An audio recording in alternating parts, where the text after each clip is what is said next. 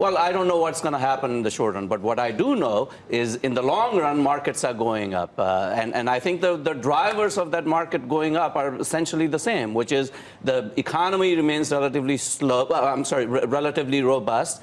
Inflation remains relatively modest, and policy is still very supportive. That's still a very good combination. In your mind, what was the panic about last week? Well, the panic last week was really a cleansing of sorts, and a cleansing of sorts of a bunch of things coming together, which is rates being significantly higher as a result of Fed loose talk, in my opinion, and the residual impact of tariffs.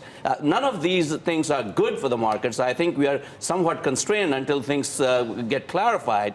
But if you have a 2, 3, 5-year investment horizon, I think markets are going up. Our new message is 5 more years. 5 more years. 5 more years. Again, mark that down. 5 more years. The bull run lasts for another 5 years. 5 more years, yes. Mr. Bernstein, what did you do last week with your money? What did we do last week with our money? We actually did nothing.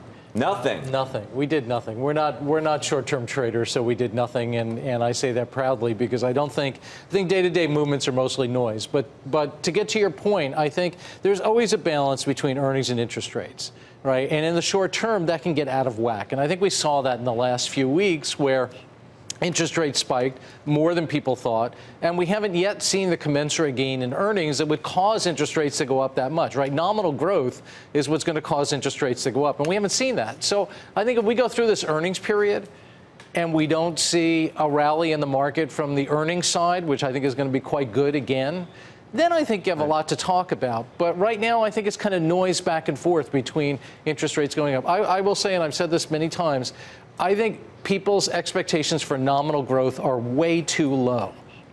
The 10-year is going to go a lot higher than people think, and that's what people have to adjust to. And I don't think that's Christian has made a bold call on this program. 5 more years. Talking about growth now?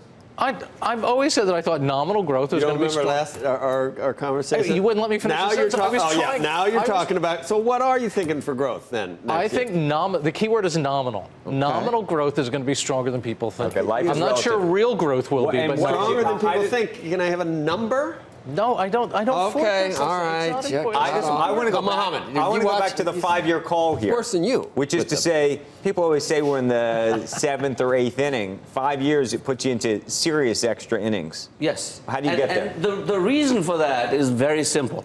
Until inflation manifests itself in a meaningful way, I don't think things change. Right. And I think if what Mohammed was talking about earlier, convergence with U.S. growth slowing down next year, I think that sort of supports the market. Again, the 5 more years is more of a rhetorical thing. People talk about 2019 or 2020. 2020, right. But the point I'm trying to make is if inflation remains where they are, where it is, I think we will have a much longer run than what people are thinking about. So if people listen to you and say 5 more years, they'll say, well, in that case, we should switch out of the U.S. and go to emerging markets. Oh, of course. Okay, so you're saying 5 more years, not just for the U.S. You're saying 5 more years for global equities, and therefore switch out of the U.S. into emerging markets that have underperformed the U.S. by almost 20 percentage points. Absolutely. From a valuation standpoint, emerging markets are the cheapest asset class at the moment.